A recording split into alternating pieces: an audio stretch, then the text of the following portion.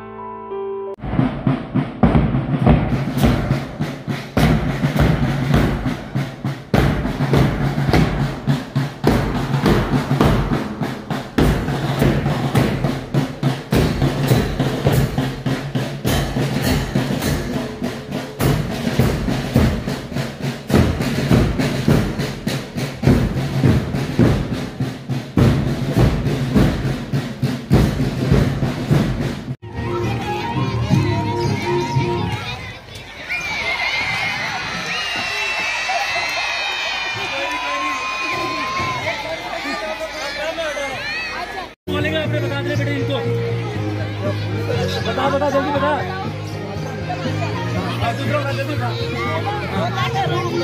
Very good, बताते रहो बेटे इसको लिखो जल्दी से। आलू लिखो।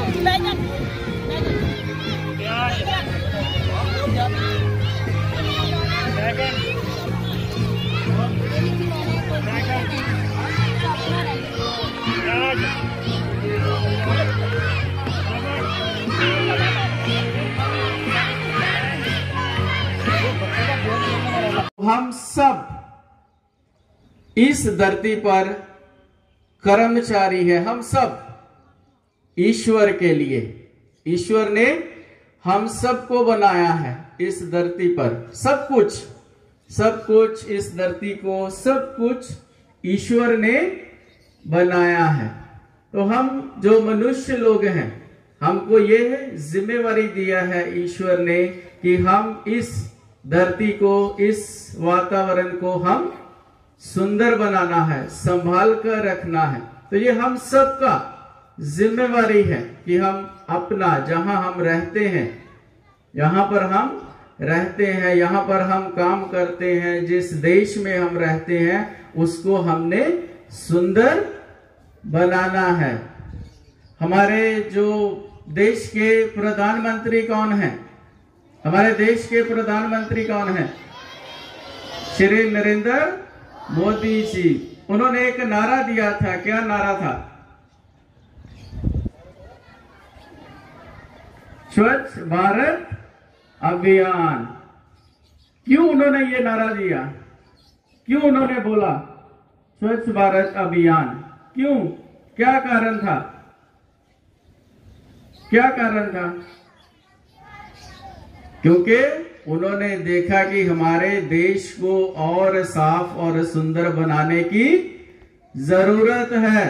जितना देश हमारा साफ और सुंदर होना चाहिए था उतना है नहीं है, इसलिए उन्होंने ये नारा दिया। तो ये नारा किसके लिए दिया?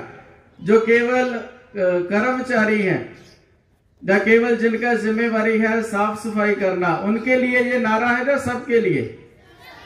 हम सबके लिए, जो भी हम भारत के वासी हैं, जो भी हम इस देश में रहते हैं, तो हम सब के लिए ये नारा है और हम सबका यह जिम्मेवारी है कि यहाँ पर हम रहते हैं, हम आसपास में अपना देश को हमने साफ और सुंदर बनाना है। कैसे बनाएंगे?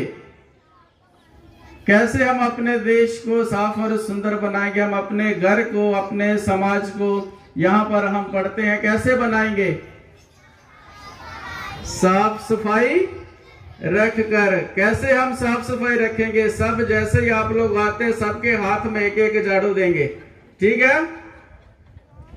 कल से हम सबके हाथ में एक एक झाड़ू दे दें।